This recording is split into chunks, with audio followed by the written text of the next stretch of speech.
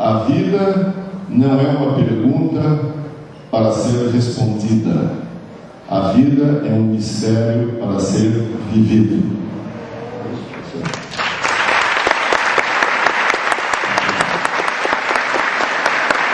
Muito obrigado.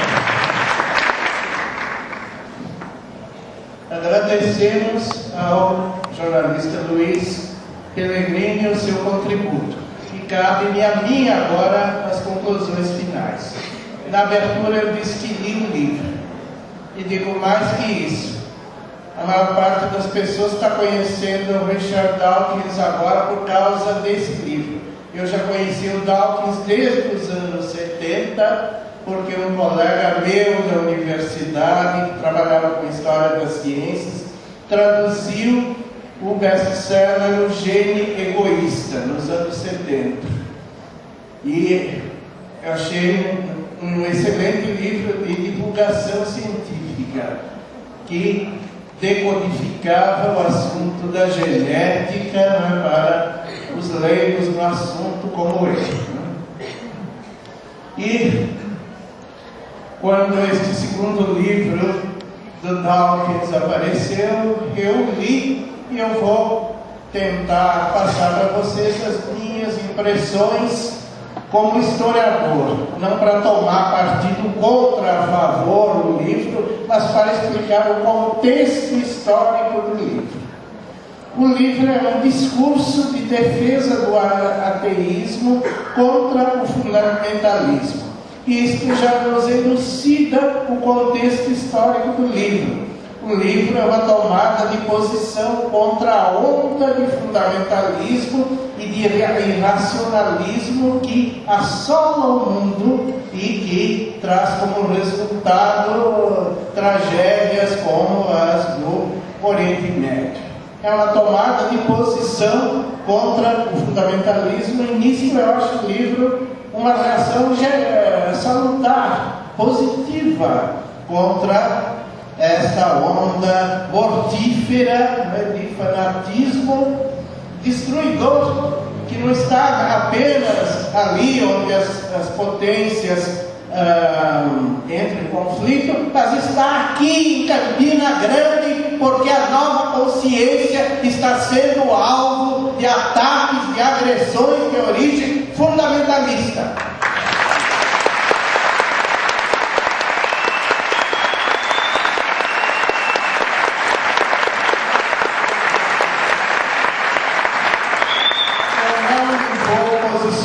Nem contra nem a favor Dawkins, mas eu vou tentar analisar, porque ele procura combater e neutralizar, ou seja, o fundamentalismo. O que é fundamentalismo? O fundamentalismo tem várias facetas e eu vou colocar aqui duas. Primeira faceta, o fundamentalismo, não se iludam, não, meus amigos, não é uma forma de tradicionalismo. É um pensamento moderno, 100% moderno, porque é um pensamento que surge a partir de fins do século XIX e começo do século XX contra o modernismo, e a ciência moderna, particularmente quando ela é utilizada como instrumento de análise de textos religiosos. O grande inimigo do fundamentalismo não era o criacionismo, não era o evolucionismo de Darwin, não.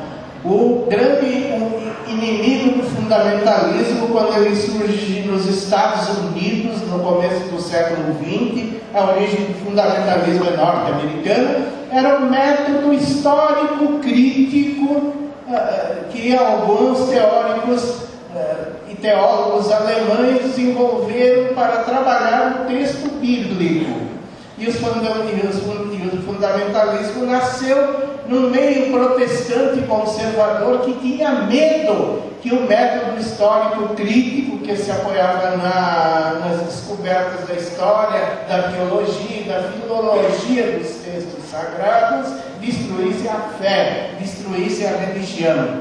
E eles se apegaram a quê? A leitura literal no caso do protestantismo americano, o texto bíblico. Então, o texto bíblico é para ser entendido ao pé da letra. Se está escrito que Deus criou o mundo em 7 dias, é porque Deus criou o mundo em 7 dias de 24 horas e ponto final. Qualquer desvio da letra do texto é um atentado contra a verdadeira fé e deve ser combatido com unhas e dentes. Ora, uma grande historiadora das religiões de nosso tempo, a Karen Armstrong, num livro recente sobre a história do texto bíblico, ela esclarece um ponto muito interessante. Nunca na história o texto sagrado foi lido apenas literalmente. Na tradição judaica, por exemplo, isto o professor Asher pode me corrigir se eu estiver errado, nos meios rabínicos sempre predominou uma grande liberdade de interpretação do texto sagrado. E a literatura judaica é extremamente rica. São comentários e mais comentários do texto sagrado, acrescido de comentários dos comentários, dos comentários dos comentários dos comentários e assim por diante. Então, um texto pode ser interpretado e lido de mil maneiras.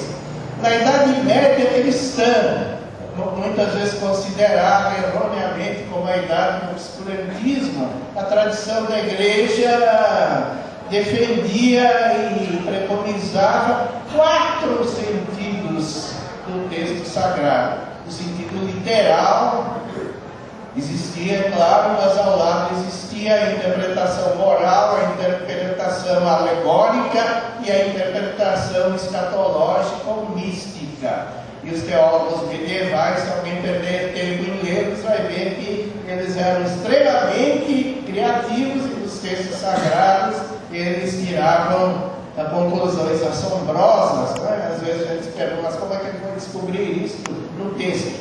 Então a leitura exclusivamente literal do texto sagrado, seja bíblico, seja corânico, seja budista, seja lá o que for, é uma invenção da modernidade. É do fim do século XIX para cá. E não é por acaso que o nosso professor Dawkins, quando ele ataca o texto sagrado, quando ele faz a sua crítica, ele faz uma leitura que para nós historiadores da religião é extremamente ingênua, porque ele se atém ao sentido literal do texto e não explora essas infinitas possibilidades, né, de interpretação que o texto oferece. E, para fazer uma conclusão, tanto a tese do professor Dawkins quanto aquilo que ele ataca pertencem a um único paradigma. Paradigma é um conjunto de crenças e valores adotados ou compartilhados por uma dada comunidade. Tanto o discurso de Dawkins quanto o discurso dos fundamentalistas é um discurso moderno, que supõe que a razão seja a via régia para chegar ao conhecimento, desprezando os outros caminhos possíveis. Além da razão, existe a intuição, existe o sentimento e outras coisas. Ora, para nós, a modernidade é algo que implodiu, que se desagregou, se espigalhou e não se sustenta mais. Para nós está começando uma outra coisa que ainda não está muito bem definida, que a gente pode chamar de pós-modernidade, mas que teria por alguma das características o resgate de algumas coisas que a razão moderna jogou no lixo como irrelevantes, como intuição, sentimento e todo um universo, né, de ideias